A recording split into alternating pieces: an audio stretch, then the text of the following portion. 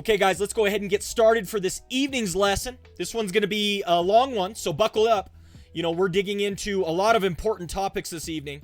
And what we're talking about tonight is Expressive Individualism, Glennon Doyle, Part 2, okay? She wrote a book called Untamed. We posted Part 1 to the YouTube today.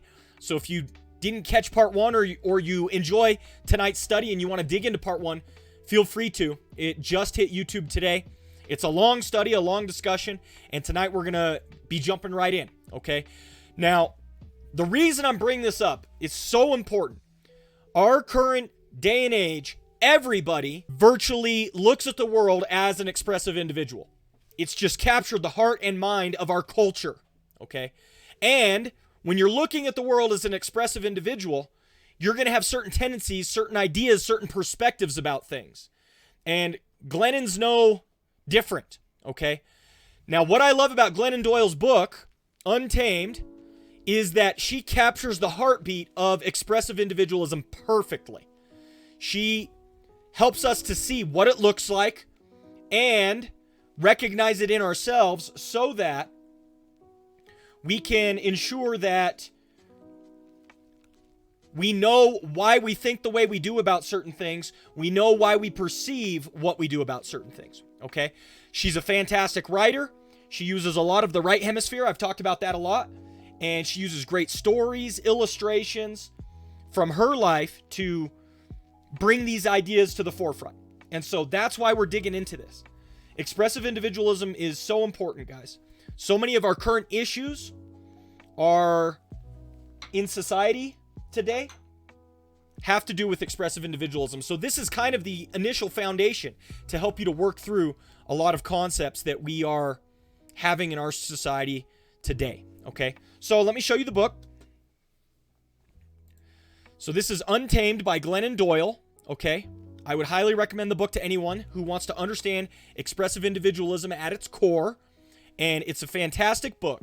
Now, there are two primary pillars to expressive individualism.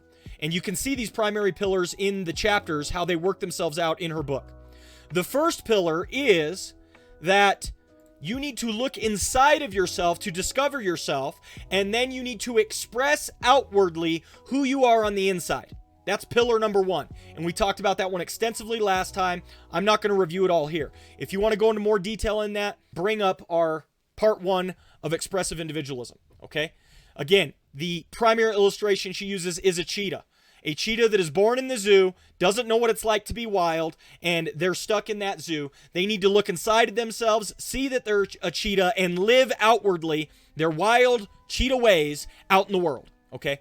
So that's the first piece. That's the first piece, or the first pillar of expressive individualism. Today, I want to talk about the second piece. What's the second piece? That cheetah is born in the zoo, and the zoo boxes them in, fences them in, okay? And that's the second pillar. Society makes up all of our boxes and our rules. Society has certain standards, certain ways that it wants you to live. And your job as an expressive individual is to go against the grain of society. You don't want to submit to what society tells you. Instead, you want to go against the grain of society. You want to be yourself. You want to live your individualism out in the world. And so society is going to try to hold you back. They're going to try to fence you in. They're going to try to box you in. It's your job to tear down the walls, okay? And that's what we're looking at tonight. Many of the chapters where she essentially talks about trying to tear down these walls of society that they've built around us. So that's what we're jumping in tonight. And then at the end, I'm going to talk about these two pillars, how they work together, and what we can do about it. I want to start again at the outset with our quote from Carl Trueman, okay? Because this is so important. Carl Trueman points out explicitly that the purpose of this is not to attack expressive individualism. Let me just read this quote. There is a tendency among social conservatives to blame expressive individualism for the problems that they regard as currently putting strain on the liberal Western order, particularly as it manifests itself in the chaos of identity politics.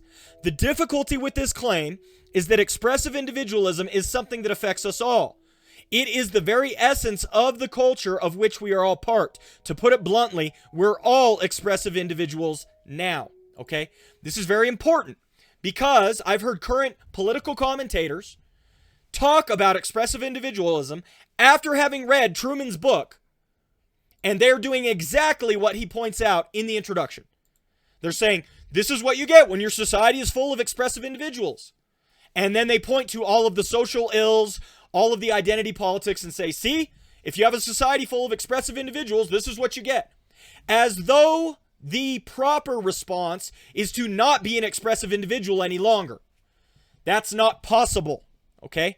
So the purpose of our study is not to attack expressive individualism. The purpose of our study is to understand ourselves and our society and culture so we can ask ourselves, how can we advocate for the gospel in an expressive individualistic age, okay? And we're going to come to those conclusions at the end of this section. So tonight we're going to walk through society, making up our boxes, and what we can essentially do about it. Now, the first chapter where she talks about this is the chapter called Sparks, okay? It's very, very early on, and I just want to bring up this chapter here. Now, what she talks about in this chapter is when she started to discover that she was attracted to women and not men, she ignited a spark within herself. And once she ignited this spark within herself, she was kind of struggling with, how is my mom going to perceive this, okay? And so she's looking into herself, she discovers her identity, and now she's in a culture and society where this generally isn't accepted, okay? So listen to what she has about sparks, and I'm just going to pause at certain moments and try to guide and direct the conversation, okay? So let's go ahead and hear what she has to say. And courage, as she said, Abby, I have not seen my daughter this alive since she was 10 years old. So hear that right off the bat. I haven't seen my daughter this alive since she was 10 years old, okay? What she essentially says is, I was 10, and when I was 10, that's when I started to do what society and culture expected me to do, and I lived that way for 20 years, and it killed my spark. But now I learned to buck society's expectations for me, to buck society's trends, and once I did that, my mom could immediately recognize that spark came back. That person inside of me who had died, 20 years earlier, finally came back. And it's because I began to live as an expressive individual, not living the way society expected me to, but instead living who I really was. Listen. Much else was said that morning, but that first response from my mother jumped out at me like a sentence in a novel, begging to be underlined. I have not seen my daughter this alive since she was 10 years old. My mother watched the spark in my eyes fade during my 10th year on Earth. Now, 30 years later, she was witnessing the return of that spark. In the past few months, my entire posture had changed. I looked regal to her, and a little scary. After that day, I began to ask myself, where did my spark go at 10? How had I lost myself? So again, listen to what she's saying, and I love how Glennon communicates. She communicates the way that we need to be communicating in our current culture and society. I've talked about this before, but we are post-rationalism, we are post-enlightenment. And all we do as Protestant Christians, for the most part, is try to make logical arguments for the positions we hold to. Instead, listen to how Glennon puts her perspective. Not only does Glennon capture the heartbeat of expressive individualism, she is a fantastic right hemisphere communicator. What does she say? I looked regal to her. That spark returned. I looked a little scary, right? That's right hemisphere ways of talking. And that's how you capture people's hearts and imaginations. You don't argue them into your positions. Instead, you capture their hearts and imaginations. And Glennon does a great job of that. We could take a few pages, several pages, out of Glennon's book in terms of her communication. I did my research and learned this. 10 is when we learn how to be good girls and real boys. 10 is when children begin to hide who they are in order to become what the world expects them to be. Right around 10 is when we begin to internalize our formal taming. 10 is when the world sat me down, told me to be quiet, and pointed toward my cages. These are the feelings you may express. This is the version of womanhood you will mimic. This is the body you must strive for. These are the things you will believe. These are the people you may love. Those are the people you will fear. This is the kind of life you will want. Make yourself fit. You'll be uncomfortable at first, but don't worry. Eventually, you'll forget you're caged. Soon, this will just feel like life. How good is that? So well put, and again, captures the heartbeat of an expressive individual age. 10 is when we learn to find what society expects of us and begin to live in those categories. And that's what she says. I'm recognizing this is when my spark died. This is when something within myself began to fall apart, right? And so she starts to point out that is when she moved into this, I'm going to follow the categories that society has put around me, okay? That is when I started to do what was expected of me, okay? And again, it captures the heartbeat of the culture. This is how people think. This is how people feel. We're all expressive individuals now, right? And Glennon captures this perspective perfectly, okay? She is essentially saying you have culture and society structured in a certain way, and you're demanded to fit into those categories. And she puts it, a part of me died that day, essentially. Okay? And now, finally, she had discovered this is what I need to change. This is how I need to reverse it. Okay? So, this is kind of the first step that you can see. 2 pillars, remember. And you can hear echoes of the first pillar. That was who I was on the inside, right? I look inside, inward into myself, and then I begin to express that outwardly. Here, you can see the second pillar declared so clearly that these were my boxes, this is my cage, we're going to stick you in this cage, and you are going to live that way, okay? This perspective resonates with people super strongly. So that's the first step that you can see in this expressive individual frame, okay? The next one I want to go to is tick marks. Tick marks is very, very interesting because she describes this desperate desire to fit in. Okay? She describes this desperate desire to fit in. It's very interesting. I can't play the whole chapter for you, but here's what happened. She describes a group of people in high school that she calls, like, I think she called them the golden ones or the shining ones. Okay? And these are the popular kids. These are the kids that everybody kind of looks up to them, and, you know, they know who they are, and they recognize that it can be a great privilege to be invited by one of them to a party or a discussion or something like that. And so she had this experience in high school where she knew some of the golden ones, right? She knew some of them, and they started inviting her to things. And so she kind of describes this situation where she was learning to be this way, okay? So I'm going to skip to 1:30 on this chapter. And here's what I want you to catch here. She, earlier she talked about, here's society's box, right? But in this chapter, she's going to talk about you have like your own internal desire to fit into the culture, into the society, okay? So listen to what she has to say here. Yet we vote for them year after year because the rules control us even at the privacy of our own desks. Vote for the golden ones. They have followed directions perfectly. They are what we are all supposed to be, so they should win. Fair is fair. I am not golden, but the golden one's light reflects on me just often enough that I am tinged. They invite me to their parties occasionally, and I go, but when I get there, they don't talk to me much. I assume I'm there because they need some ungold around in order to feel their goldenness.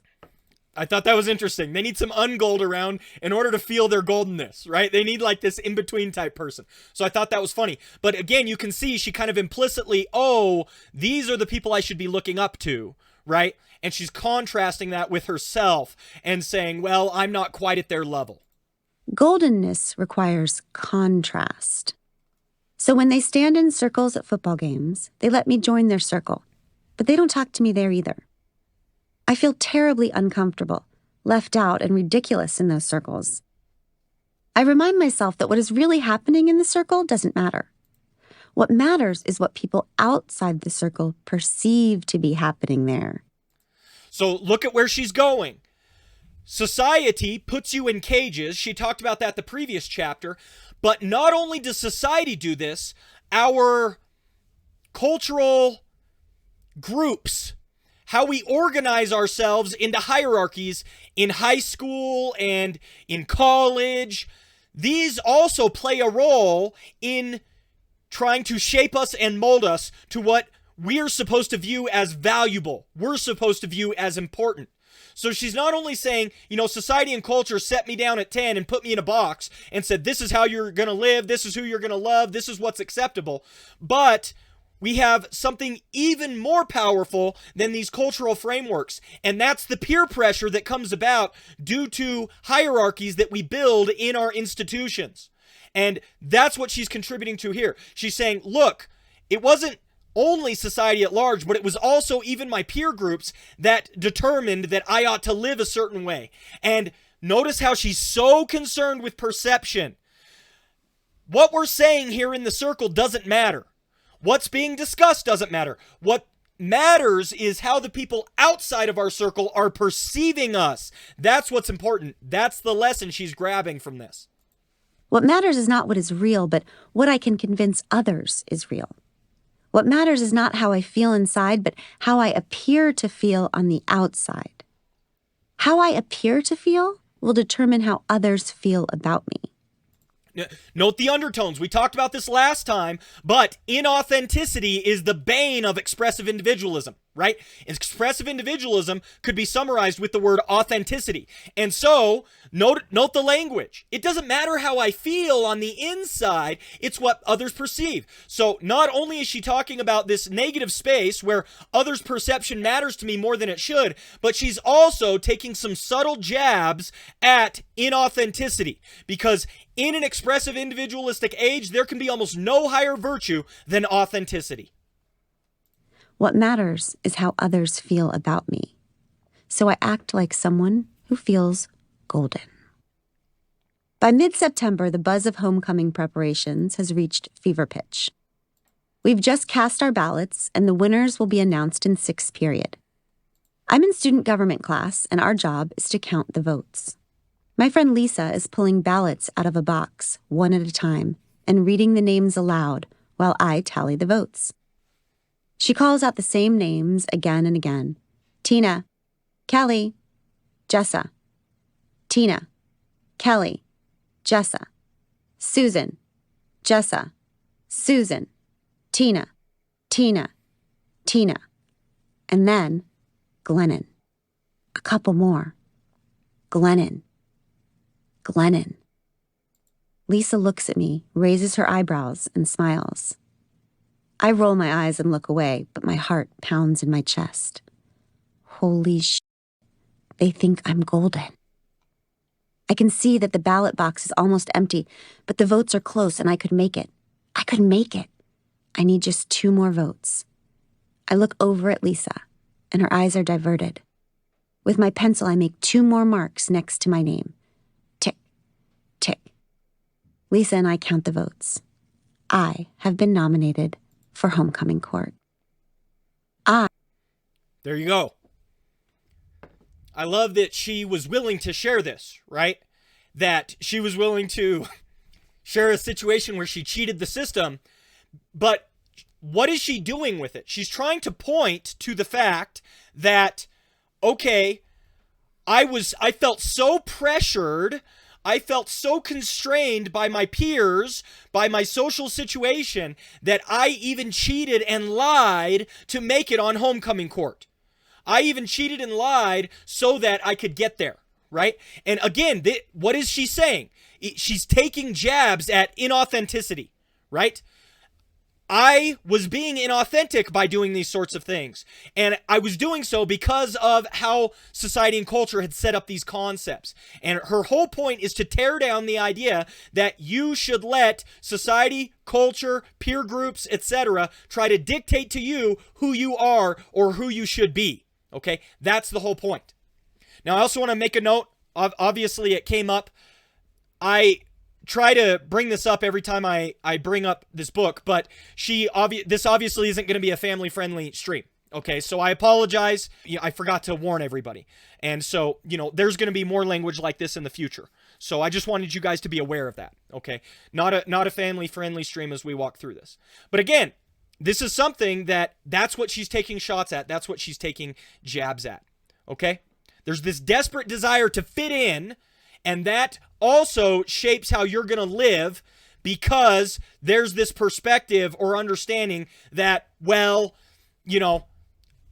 the peer pressure causes us to live inauthentically, okay?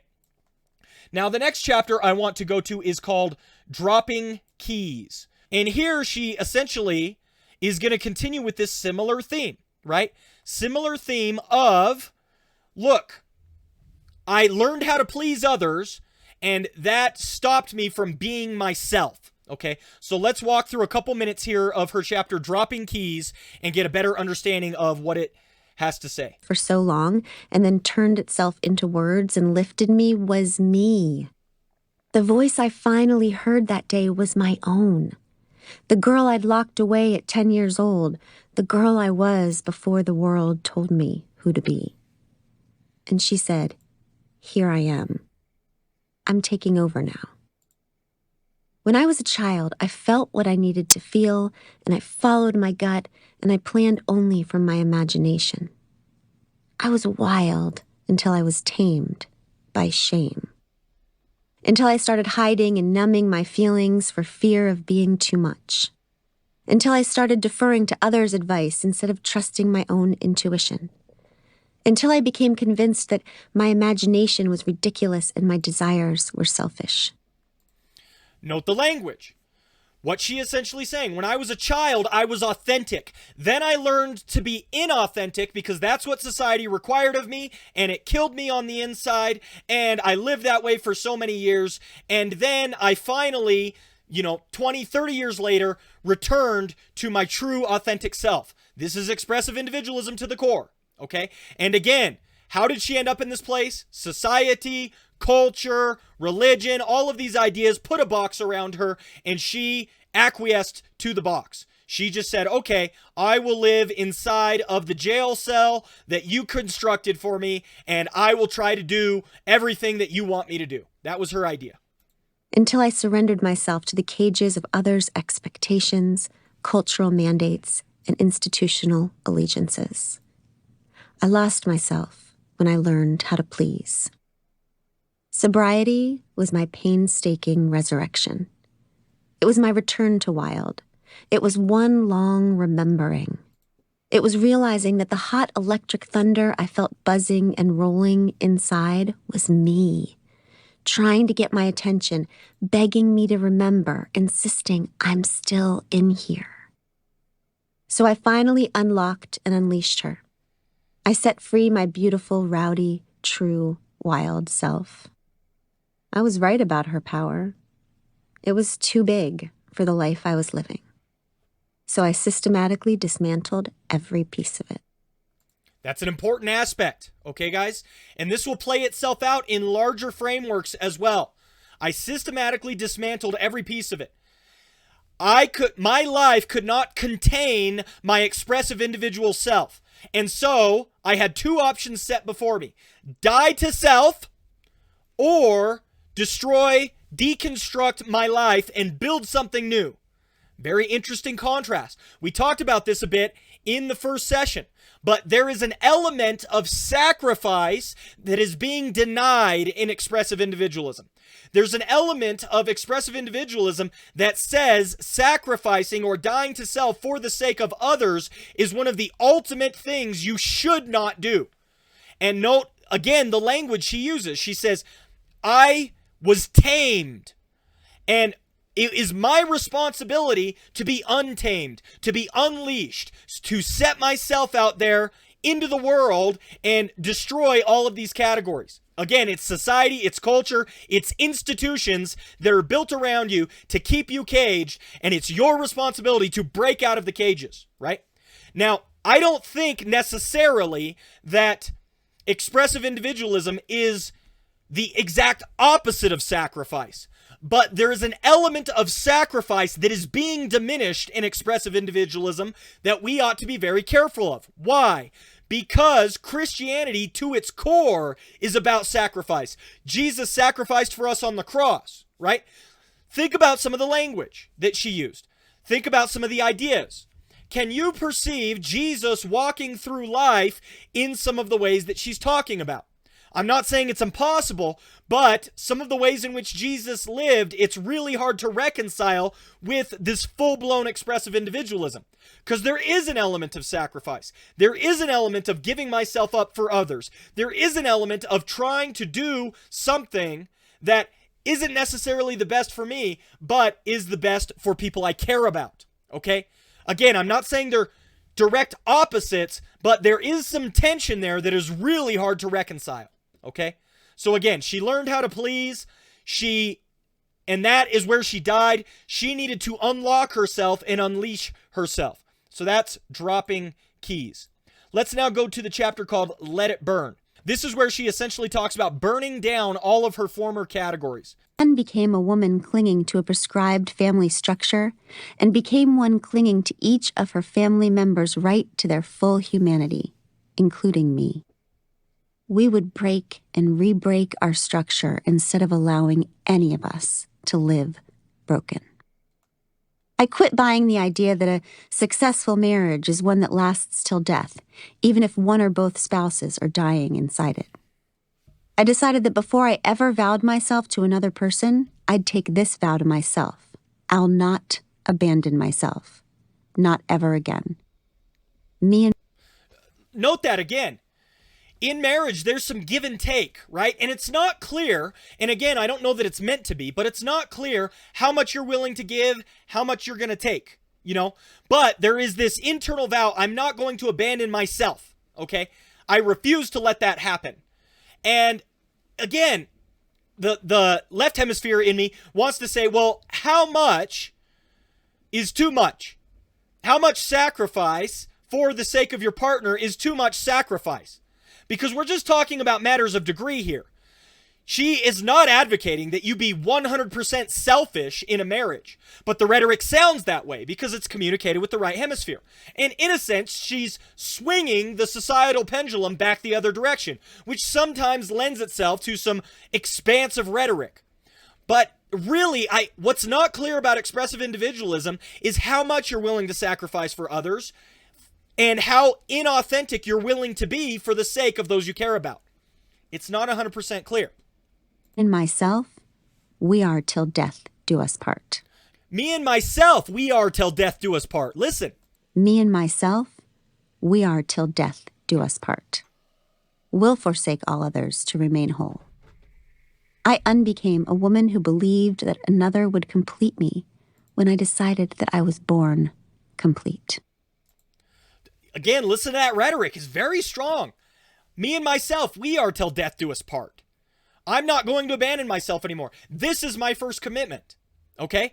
That is one of the consequences of this expressive individualism taken too far. Now, again, it's strong rhetoric, and I imagine that Glennon sacrifices routinely for her spouse and her family in her marriage. But you've got to hear kind of where it goes and where the conclusion is. Because all of us recognize that being a 100% selfish person to the core is not a good thing. That's not a virtue. And nobody would say that that's the type of person they want to be. So there's some tension here trying to figure out where exactly the lines are. I let burn my cherished, comfortable idea of America as a place of liberty and justice for all. I let a truer, wider perspective be born in its place, one that included the American experience of people who don't look like me. I wrote myself a new memo about what it means to have strong faith. To me, faith is not a public allegiance to a set of outer beliefs, but a private surrender to the inner knowing. I stopped believing in middlemen or hierarchy between me and God. I went from certain and defensive to curious, wide-eyed and awed, from closed fists to open arms, from the shallow to the deep end.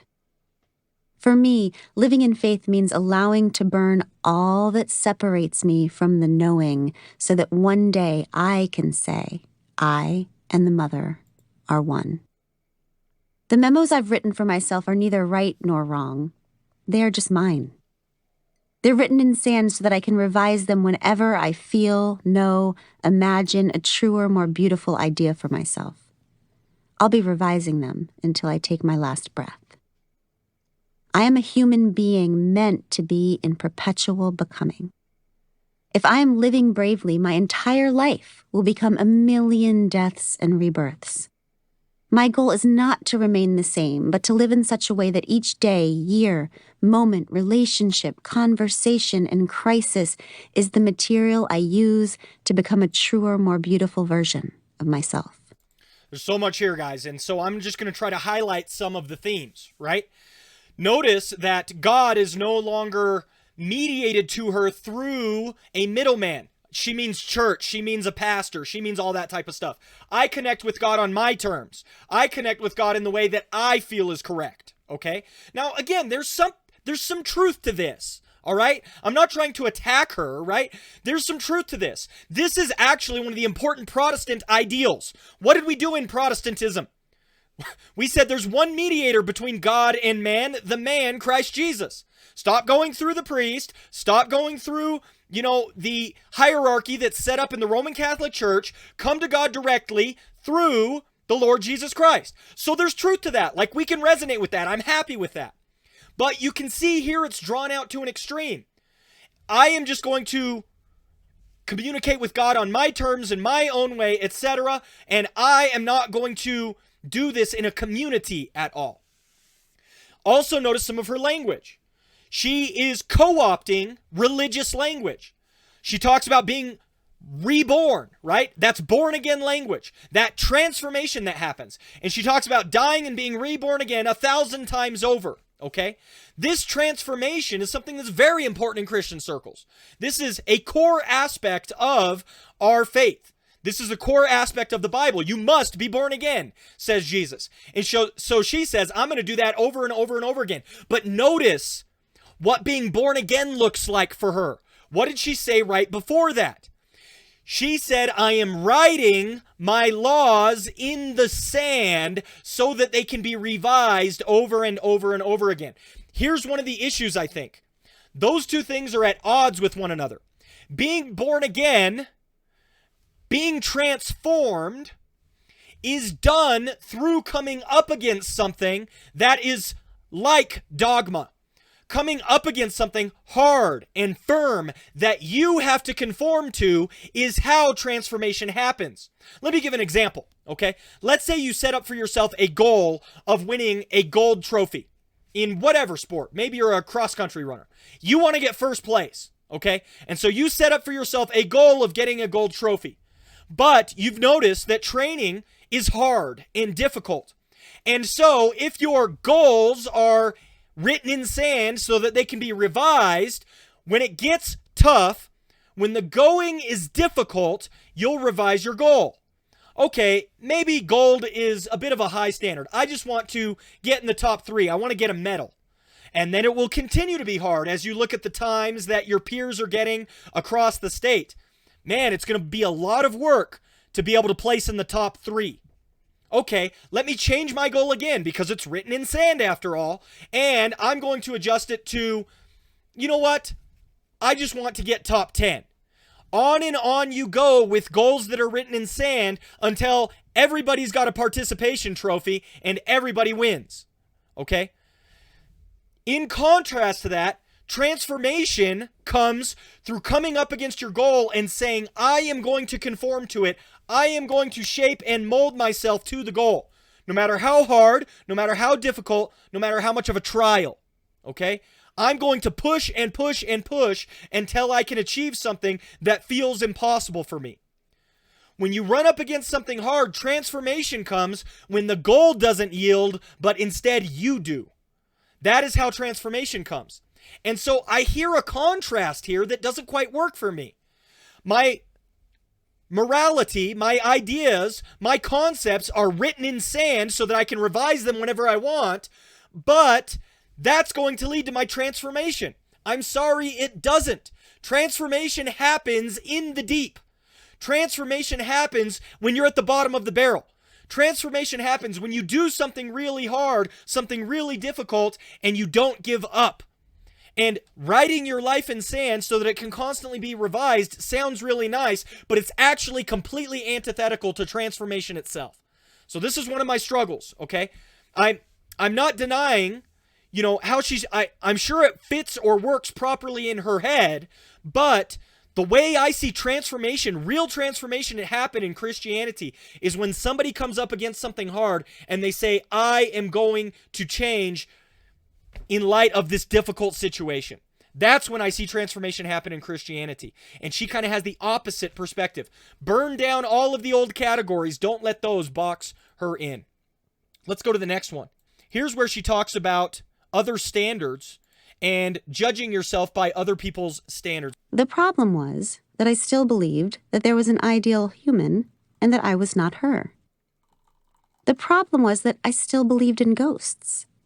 I had just decided to live in defiance of perfection instead of in pursuit of it. Rebellion is as much of a cage as obedience is. They both mean living in reaction to someone else's way instead of forging your own. So listen to that. Stop living reactionary, either for or against it. Again, expressive individualism. Stop following other people's standards. Stop following somebody else's way. Forge your own path, right? Stop going with what society says. Forge your own path. Freedom is not being for or against an idea, but creating your own from scratch. A few years ago, Oprah Winfrey was interviewing me about my first memoir. She opened the book and read my words back to me. I was born a little broken. Then she paused, looked up from the page, and asked, "Would you still describe yourself that way? As broken?" Her eyes sparkled. I looked at her and said, "No, actually, I wouldn't. That's ridiculous. I think this sort of thing is why Jesus only wrote in the sand."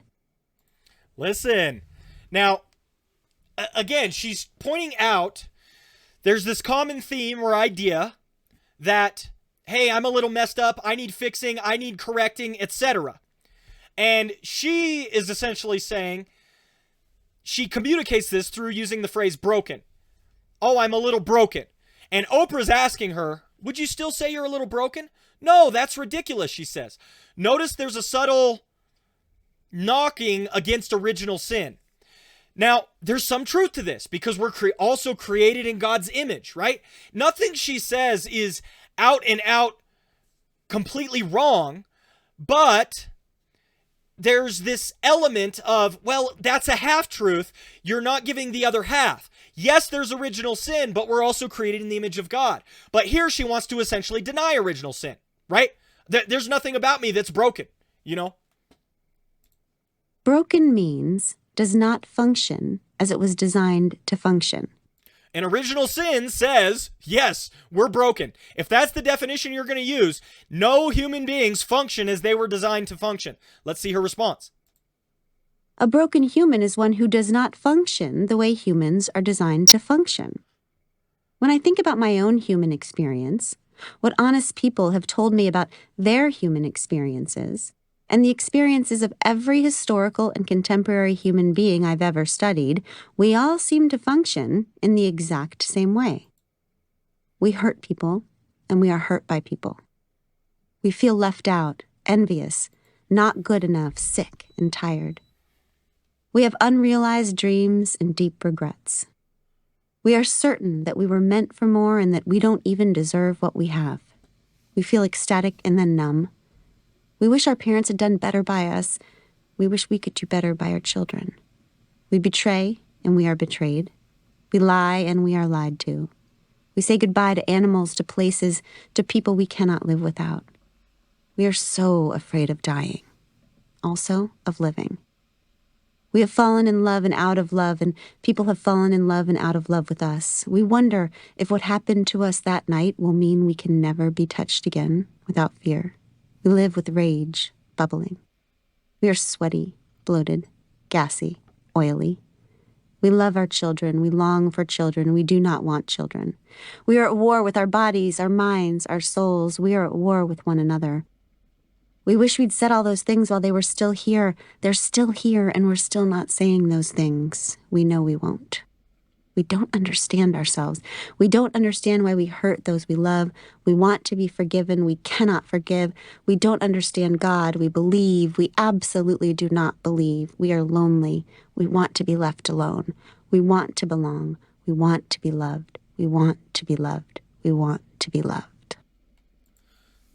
There is so much truth in there. There is so much truth, but I disagree with her conclusion. What is the truth? She is pointing out the inherent contradiction that human beings are. She is pointing out that this is what human beings look like. We're constantly wrestling with this. We want certain things, we don't want certain things. We love certain things, we don't love certain things. On and on and on you go. It's so true, and people resonate with it. Again, look at her pattern. Protestant Christians especially need to learn a thing or two from how she communicates.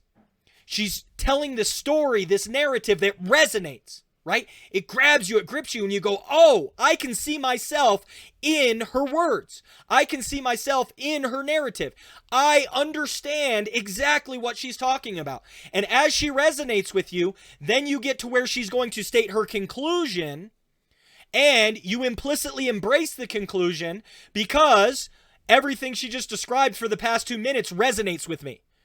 This is where we need to take, again, a page out of her book and recognize that communicating to the right hemisphere is very valuable. Now, again, notice what she said. There is this element of human beings that are an absolute contradiction in terms. That's 100% true. We experience that every day of our lives. We experience it with ourselves. We can't bring ourselves to do the things we want to do. I mean, this is Paul in Romans chapter 7, right? It's the exact same thing that Paul is talking about in Romans chapter 7. Irrespective of whether or not you think, this is a believer or not a believer, we don't even need to get into any of that issues, right? But in Romans chapter 7, listen to what Paul says. For I know that nothing good dwells in me, that is in my flesh. For I have the desire to do what is right, but not the ability to carry it out. For I do not do the good I want, but the evil I do not want is what I keep on doing. Now if I do what I do not want, it is no longer I who does it, but the sin that dwells within me. So I find it to be a law that when I choose to do right, evil lies close at hand. I delight in God, in his law, in my inner being, but I see in my members another law waging war against the law of my mind and making me captive to the law of sin that dwells in my members. Wretched man that I am, who will deliver me from this body of death? Okay? Do you see the corollaries? Do you see the parallels? It's identical, guys. Glennon just stated all of that in beautiful language, in beautiful words. Now let's see where she goes with it. What's the conclusion she takes? If this is our shared human experience, where did we get the idea that there is some other, better, more perfect, unbroken way to be human? Where is the human being who is functioning correctly, against whom we are all judging our performances? Who is she? Where is she? What is her life if it is not these things? I got free the moment I realized that my problem isn't that I'm not a good enough human. My problem is that I'm not a good enough ghost. So that's why it's called ghosts. What she's saying we're all comparing ourselves to an invisible human being that doesn't exist. When I say that I'm born a little bit broken, I am comparing myself to a ghost that isn't real. They're not real, and therefore, when I recognize our shared human experience, I needed to jettison the ghost. I needed to jettison that perfect standard by which I was judging myself, because in fact, in reality, nobody lives this way. When I look at all of these other human beings who exist on this earth, they're just as broken as me. So what does that mean? None of us is broken. If we're all broken, none of us is broken. We're just human, okay? And so she jettisons the ideal. She gets rid of this perfect ghost in her mind and says that is not the standard.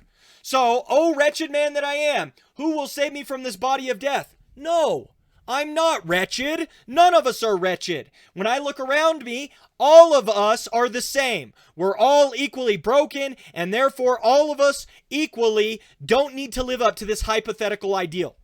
What did Paul say when he went through the same thought process and recognized the contradiction in terms that human beings were? Paul said this: if I do not do what I want, etc., I delight in the law of the Lord, all that type of stuff. Wretched man that I am, who will deliver me from this body of death? What does he say? Thanks be to God through Jesus Christ our Lord. So then, I myself serve the law of God with my mind, but with my flesh I serve the law of sin. What Paul says, when examining the same data as Glennon, is Jesus saves me. I am not going to diminish the standard and say it's not real, it's a ghost, it's a figment of my imagination. Instead, I am going to say Jesus saves me. Notice they note the same situation, but what Glennon does is she looks at fallen humanity and says, seems to me we're all fallen, therefore let's stop setting up idealizations that are too high for us. Whereas Paul looks around, he says, seems to me we're all fallen, thank God Jesus Christ saves us. Look at the different solution. She notices the same data, but she comes to a radically different conclusion. Since I don't have to be a ghost, I don't have a problem. If you are uncomfortable, in deep pain, angry, yearning, confused, you don't have a problem. You have a life. Being human is not hard because you're doing it wrong. It's hard because you're doing it right. You will never change the fact that being human is hard, so you must change your idea that it was ever supposed to be easy. And again, there's some truth to that, right? I talked earlier about transformation. I talked earlier about how when you come up against something hard, you'll grit your teeth and power through it and change. Well, what she just said is life isn't supposed to be easy is true, okay? But that doesn't mean that we diminish the idealizations that we are supposed to be living towards, right? We are created in the image of God, says the Bible, and as such, our standards, the direction we're living is towards that ideal, okay? So again, very, very interesting to see how she concludes this one. Now, let's see. I want to bring up a couple others. We don't need to go through all of these. Look at all of these chapters, though, guys. All of these chapters have a similar mindset. She talks in goals, okay? And in goals, she's talking about all of these goods that she was going for. Society defined for me what the good life was, and I kept trying to live towards this society-defined good life. And she essentially comes to the conclusion, I needed to stop doing that. I needed to stop doing that, okay? In ears, she talks about what is brave. What does it mean to be truly brave? And I actually think this is a really good one, so we're going to do this one. It's called ears because it is when her children, each of her daughters, were getting their ears pierced, okay? And her two daughters responded to getting their ears pierced in two different ways. So let's go ahead and see what she has to say in ears. One of her daughters was eager to get her ears pierced. She jumped right in. The other daughter decided not to get her ears pierced. She was too scared, okay? And then she begins to talk about that. She is also 6 years from a felony. She jumped down from the... So that's her younger daughter who jumped in, got her ears pierced, no problems. Now her older daughter decides not to. She's too scared, okay? And listen to the language that other people are using to try and cajole her older daughter to get her ears pierced. And you can already sense what's coming. This is society imposing on you. This is society trying to tell you what to do. Listen to what she has to say. Once, Tish said, why does everyone say that when they're about to do dangerous things? How about you only live once so don't get dead early? Then she looked back at me and said, I'm sure. The piercer turned to Tish and said, your turn, honey. I waited for Tish to speak. She said, no, thank you. I'm not ready today. The piercer said, oh, come on, you can do it. Be brave. Look how brave your little sister was. Tish looked at me, and I squeezed her hand as we walked away. She felt a little ashamed, and I felt a lot annoyed. I don't think brave means what we've been saying it means. We tell our children that brave means feeling afraid and doing it anyway, but is this the definition we want them to carry as they grow older? So again, she's a little annoyed because people are trying to impose their societally defined word bravery on her older daughter, and she doesn't like that.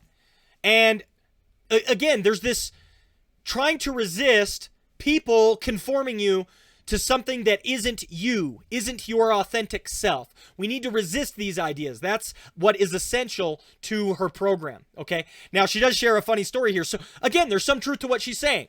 Notice what she says here about bravery and how we are a little bit duplicitous with how we apply it. In this situation, be brave, but look at another situation, you don't want her to be brave how you've defined it. She's 17, headed out in a car driven by her teenage buddy, saying she's going to the movies, but actually going to that kegger down the street.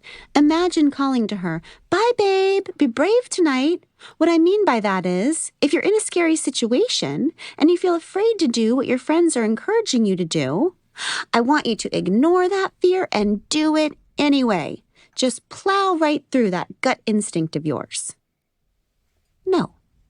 That is not the understanding of being brave I want my children to have.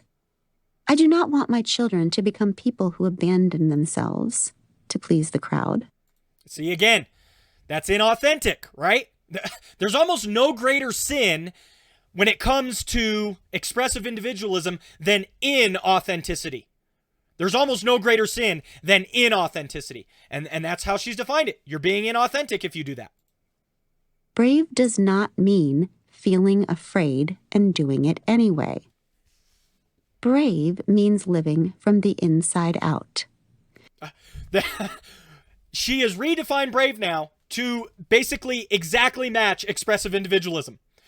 Brave, I'm going to redefine brave. What does brave mean? It means being an expressive individual. That's what real bravery is. Notice how she's taken a historic virtue and basically defined it. Brave is doing precisely what I think you should be doing and how I've defined it the entirety of this book. She redefines brave to match that framework. Brave means, in every uncertain moment, turning inward, feeling for the knowing, and speaking it out loud. Since the knowing is specific, personal, and ever-changing, so is brave. Whether you are brave or not cannot be judged by people on the outside. Sometimes being brave requires letting the crowd think you're a coward. Sometimes being brave means letting everyone down but yourself. Let everyone down but yourself. Don't be inauthentic. Being brave is being an expressive individual. Even in the midst of a crowd, even in the midst of a society that thinks you should be different. That thinks you should conform to the norm and conform to the standards. Completely taking a historic virtue and basically redefining it, right? Again, and she does it in a very powerful way. She told a story that makes sense. It ties in, it's real, and you resonate with it, and there's a lot of truth to what she's saying.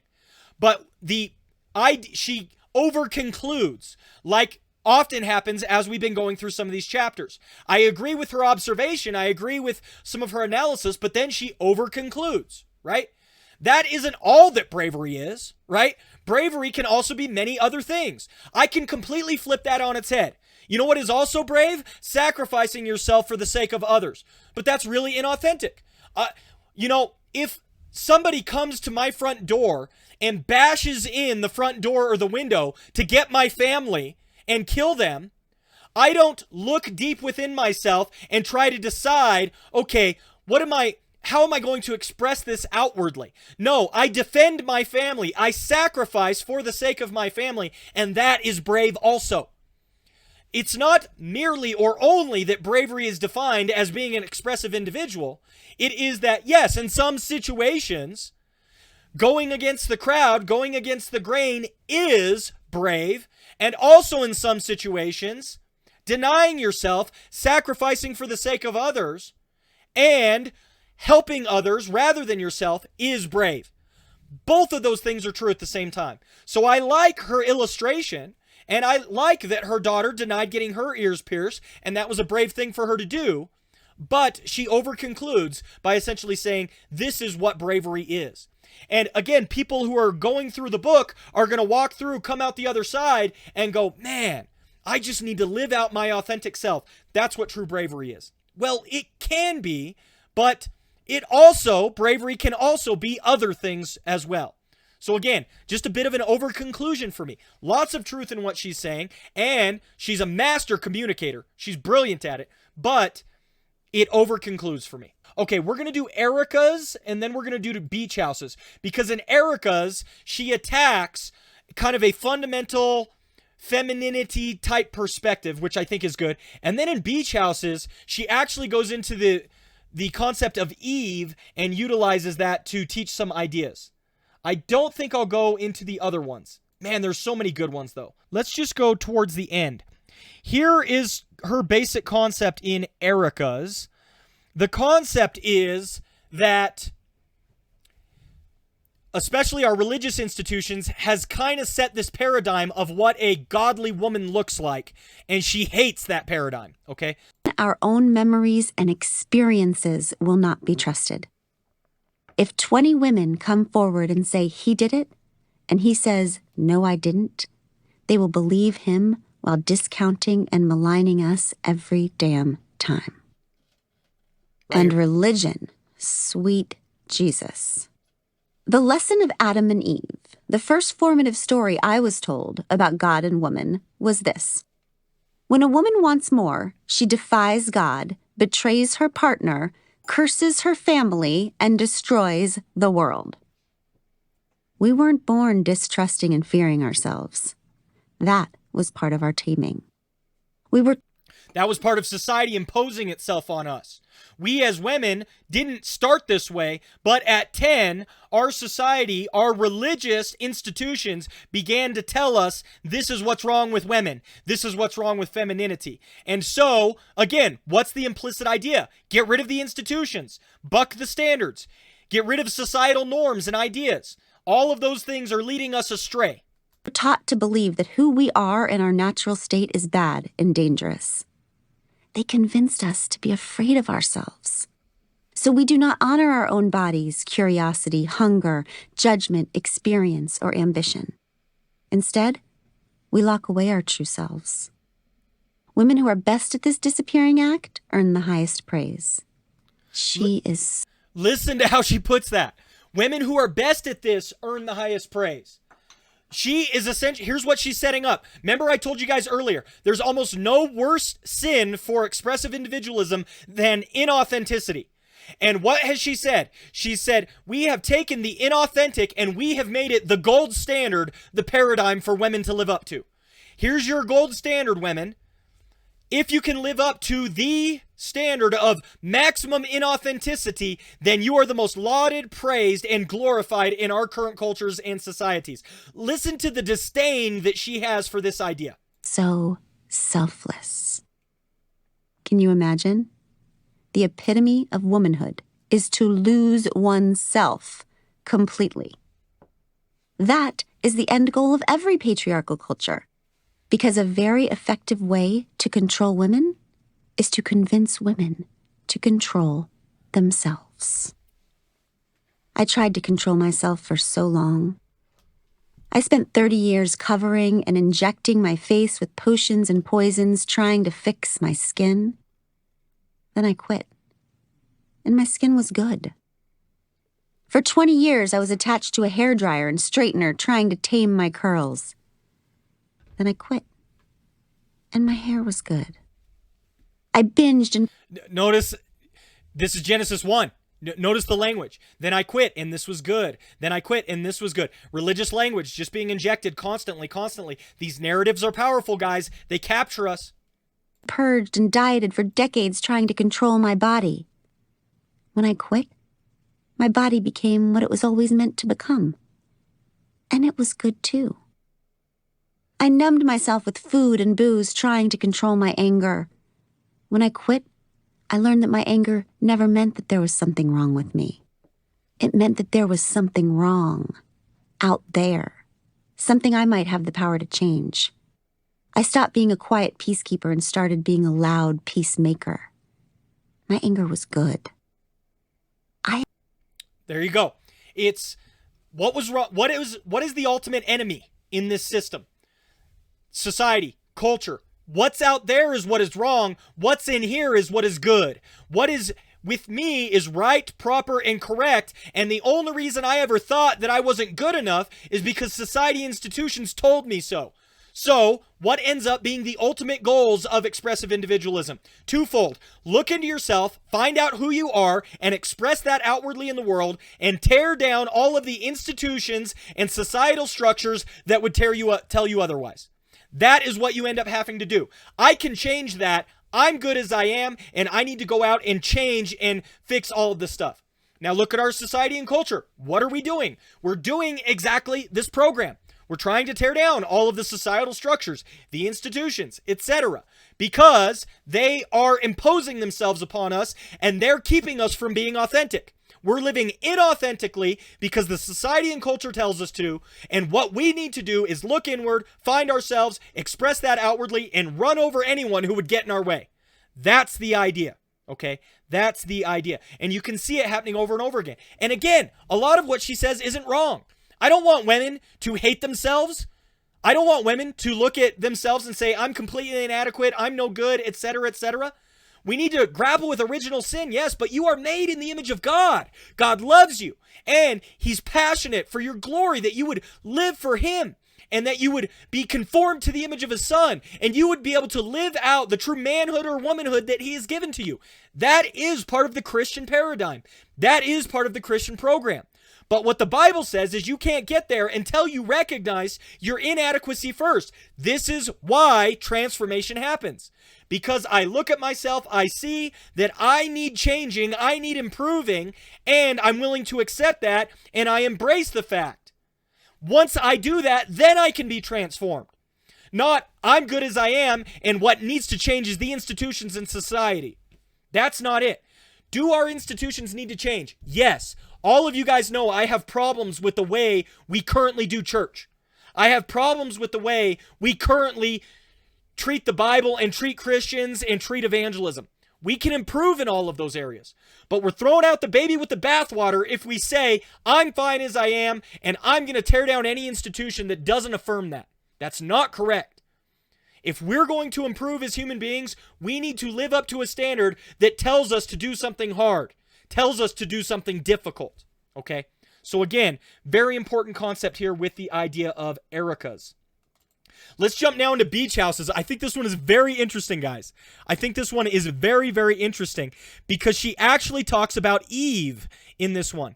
We must ask of our surface desires, what is the desire beneath this desire? Is it rest? Is it peace? Our deep desires are wise, true, beautiful, and things we can grant ourselves without abandoning our knowing. Following our deep desire always returns us to integrity. If your desire feels wrong to you, go deeper. You can trust yourself. You just have to get low enough. I have spent the last decade of my life listening to women talk about what they most desire.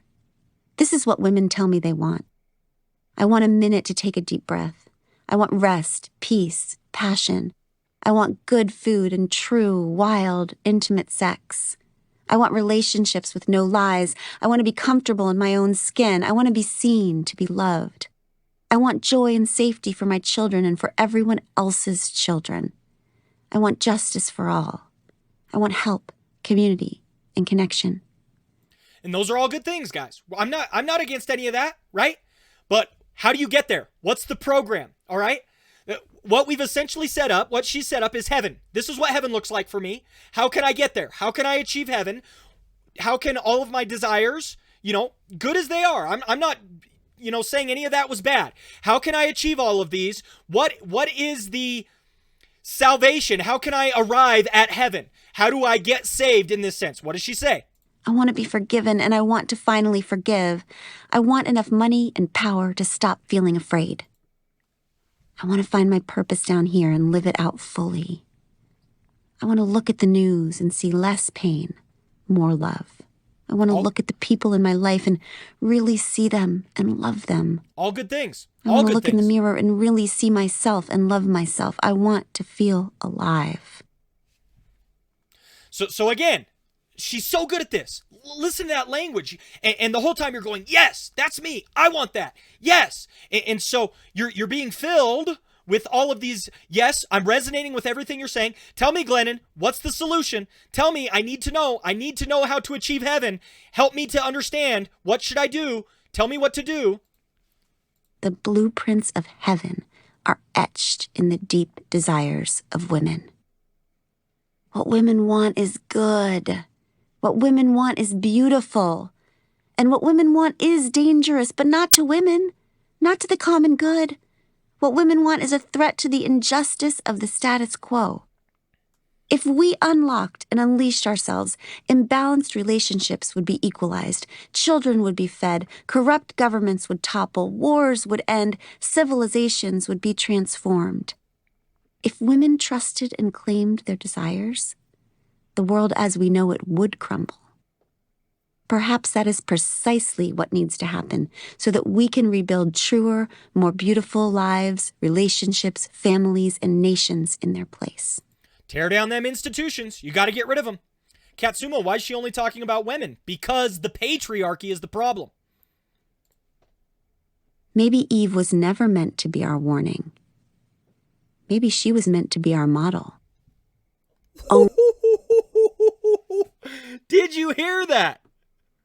Wow. Man, she came right out and said it. Listen. Maybe Eve was never meant to be our warning. Maybe she was meant to be our model. Wow. Own your wanting. Eat the apple. Let it burn. There you go. Own your wanting. Eat the apple. Let it burn. These institutions are the problem.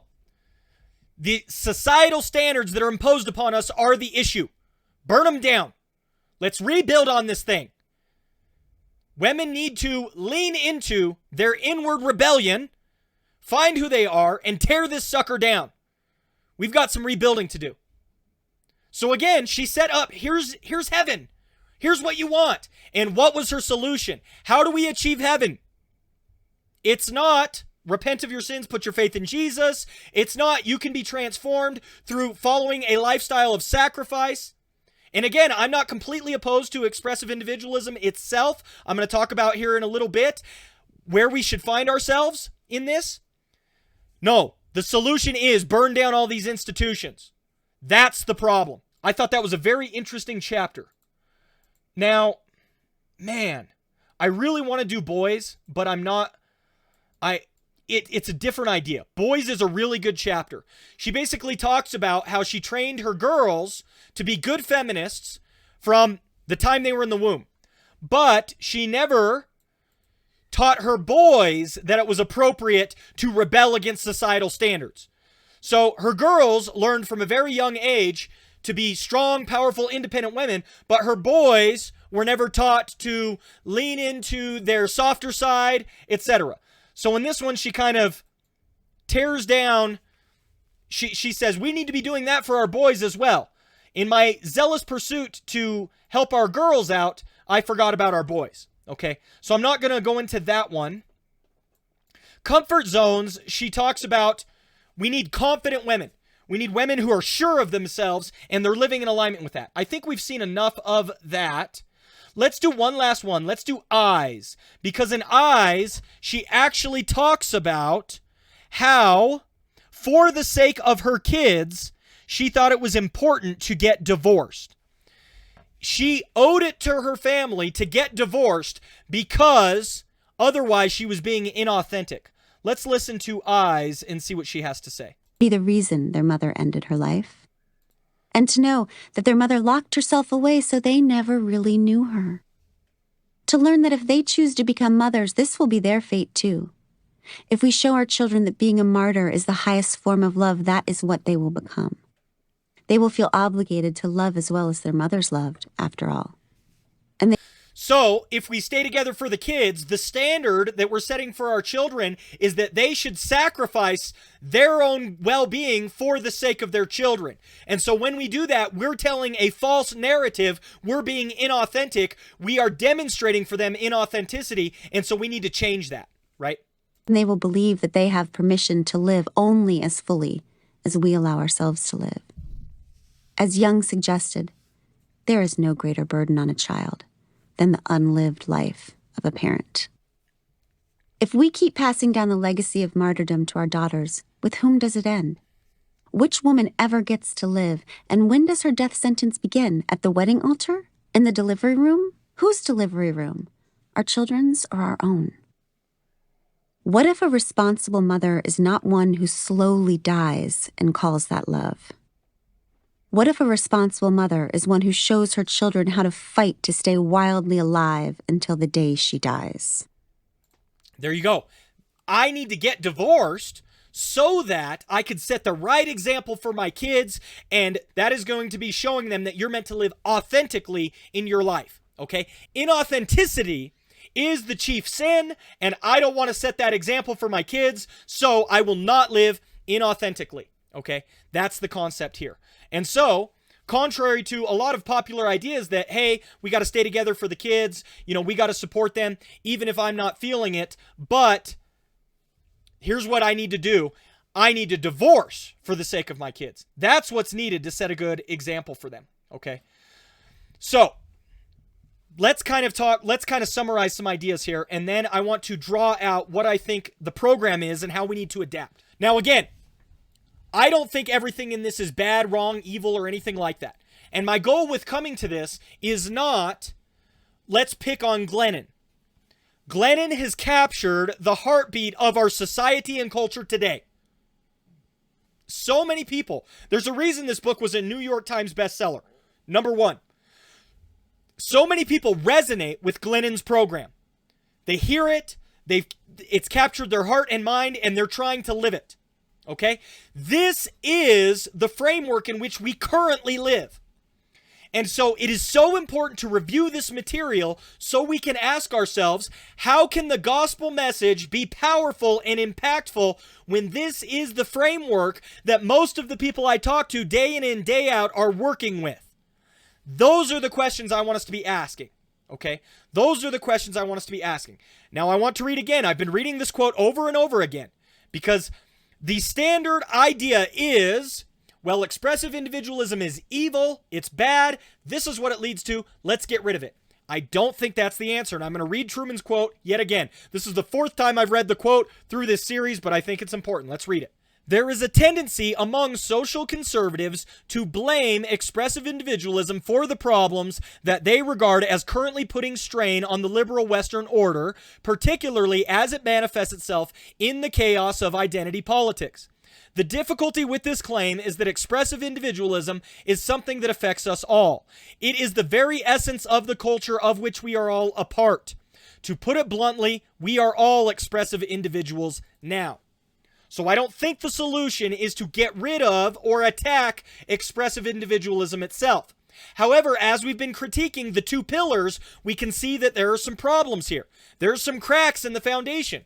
We notice that sacrifice is not really emphasized, and in fact, sacrifice itself is subverted, right? Giving for the sake of others is kind of spoken out against. So how can we kind of work these ideas out? I've got an idea. What have I said? There are two pillars to expressive individualism.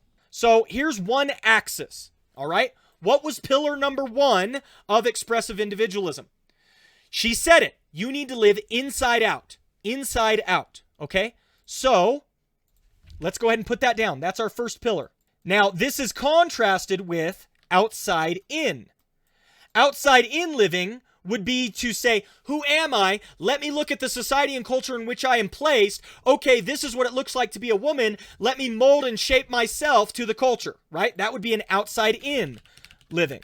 And she routinely tears that down. What was the second pillar? Group versus individual. That's the second pillar, okay? You are your own person. Don't look to others. Look inward, and that defines yourself. Now, here's what has happened, okay? Hundreds of years ago, not even that long ago, people essentially lived outside in, okay? Think of a medieval farmer or something like that. Who am I? They look out at the society and culture in which they find themselves. Oh, I'm a Christian, because there are a lot of Christians here. Oh, I'm a farmer, and they identify themselves with their group, okay? And they say, okay, this is who I am. What we have seen over time is a shift from this corner down to this corner, okay? We have seen a shift now from all the way up there to now down here, and this is where we currently live. This is Glennon's program. What is Glennon saying? I am an individual who's meant to live inside out. I'm a cheetah, and I'm meant to live inside out and express that outwardly in the culture. We have shifted from entirely group identity and outside in living to entirely individualized identity and inside out living. Now, let me say a couple of things here. Both of these I think are bad, okay? A entirely outside in identity that is based upon your group is oppressive. And I don't mean that in a catchword or a buzzword phrase. In this situation, the individual disappears. You as an individual don't matter. You as an individual aren't important. And so the individual disappears, is collapsed entirely. Okay? So I actually think this outside in, entirely group-based identity isn't good for us. Okay? I don't like that approach because it essentially says you're not an individual. You just need to look at the society and culture, live outside in entirely, redefine yourself to match what everyone else is doing. But we've already noted some of the issues with inside out and individualistic tendencies. You tend to not sacrifice for the sake of others. You're going to tend towards living for yourself and trying to tear down all of these outside in institutions. Now, here is the problem, I think. The problem is that a lot of, and I'm just going back to the Truman quote that I read earlier. The tendency would be, hey, this is what we need to do. We need to come to the middle, right? We need to bring everything to the middle. And that is what Truman is essentially saying happens. There's a tendency to blame expressive individualism for the problems that they regard as currently putting a strain, especially in identity politics. Expressive individualism, is the problem. Let's get rid of it. The program being, stop being over here, and instead, let's get everyone into the middle, okay? Then we have balance. Here is my suggestion, guys. In which of these quadrants can the gospel be preached? In which of these quadrants can we be true Christians? In which of these quadrants can we follow Christ to the utmost? All of them. I think you can be a Christian up here, but there is a problem with being a Christian up here. There's a tendency to do what? There's a tendency of nominalism up here. Okay? Why? Why would there be a tendency of nominalism? Because your Christianity is dictated to you from outside, right? I'm a Christian because I was born in a Christian household or a Christian family. You never own your Christianity for yourself because, after all, you're not an individual. You're just doing your thing, right? But there's a tendency down here towards what? There's a tendency down here, if you're all the way at the bottom, there's a tendency to essentially have a disconnected faith, right? An individual faith that isn't tied to a community. Because after all, you're an individual, you live inside out, so you can be a Christian down here, but there's a tendency or a potential issue where you don't tie your faith to any institutions. And do we not see that everywhere? We see a ton of people who are Christians to themselves, by themselves, for themselves, right? They just exist in this Christian sphere all to themselves, not, and I guess I'll just put this, disattached from community, right? And so we see some interest in Christianity now, but it's a Christianity that is all personal. Perfect. Got fuzz. Lone wolf Christianity. That's the tendency. Exactly right. And we see that more often now than nominalism. We don't see much nominalism in our culture and society. Why? Because people have essentially abandoned it. They don't care, right? So instead, you have a disattached from community, lone wolf Christianity. Me and my Bible and Jesus under the tree. Exactly right. But let me ask you this question. Are either of these people not Christians? Like, would we say that they're not Christians at all? I don't think so. At least I don't want to go that far. I think they're Christians up here, and these people are Christians down here. There are just certain dangers that are easy to fall into that we must be careful about. I think that's the problem. But every quadrant here can have Christians in it. And my job as a pastor, our job as the church, is to make disciples of all nations. So being aware of the potential pitfalls in each category is helpful for us, but I don't think that should define our mission. Do you see where I'm going with this? I do not think our job as the church is to try and bring the dot back to the center. I think our job as the church is to make disciples being aware of the respective pitfalls of the quadrants that people might be in. And so we need to be careful of the fact that in our current day and age, our current society and culture of expressive individualism, that people will tend to become disattached from community. And we need to fill in those gaps. We need to help them to become attached to community. My job is not to move this dot around. My job is to discern where the dot is at and help them be a Christian where they're at. Help them shore up their weaknesses and lean into their strengths, okay? So I am not on a crusade against expressive individualism. Here is the crusade that I'm on and that I think we need to be managing right now as Christians. Here's where I'm at, guys. My essential question is how can let me send this to the back. How can we be Christians in this quadrant? Because this is our quadrant. This is our current cultural moment. This is our day and age. How to be Christian here. This is, I think, what we need to be figuring out as the church. This is the quadrant in which we find ourselves. And so, what can we do about it? Our answer isn't, we need to return up to this quadrant because we know how to do Christianity up here, right? Like we practiced for years, right? We practiced for so many years how to be Christian in this quadrant. We did this for thousands of years, guys. The dot has moved down to this quadrant and we're like, we don't know what to do. And some people are saying, let's just move back up to where we know what to do. And I'm saying, no, that's not our program. Instead, let's figure out how to be Christians in this quadrant because this is where society and culture currently sits at. I am not trying to move the dot and return back to some, enlightened, amazing golden age of Christianity because it had its own problems. Instead, here's where the dot is at. How can I help people be Christians here and now? I like what Fuzz said, expressively living out who we are in Christ. I like that, right? Hey, let's tap into what is resonating with people down here.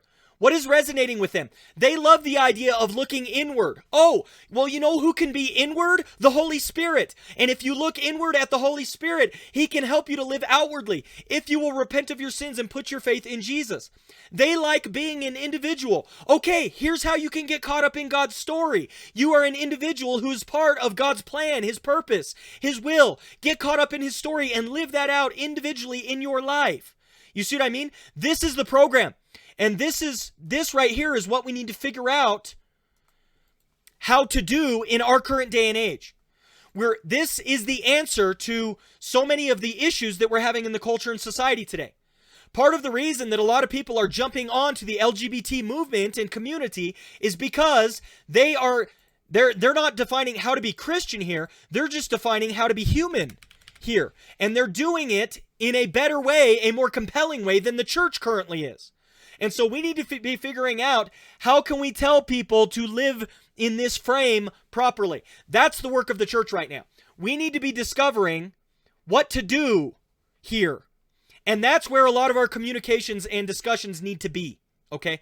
This is why you'll hear me say a lot recently, you know, I don't care to have these theological arguments, you know? I like theology, you know I do, but here is real work to be done in our current day and age, our current culture and society, and we need to figure out how to do that and how to do it well. I also think, guys, not only does Glennon set up the 2 pillars for us, whereby we were able to set up our framework, but Glennon also sets up a way of communicating it for us. Notice that she uses a lot of right hemisphere language. She uses a lot of stories. She uses a lot of illustrations from her own life. She's passionate, etc. I think Protestant churches in particular are bad at this. We need to get better at utilizing a lot of that language, that terminology. We need to capture people's passion and energy. We need to give them a vision of what they could be caught up in. We need to, you know, she set up that whole heaven framework, right? We listened to it. Women desire this, they desire that, they desire this, they desire that, and that's good, right? What should women do? Tear down institutions.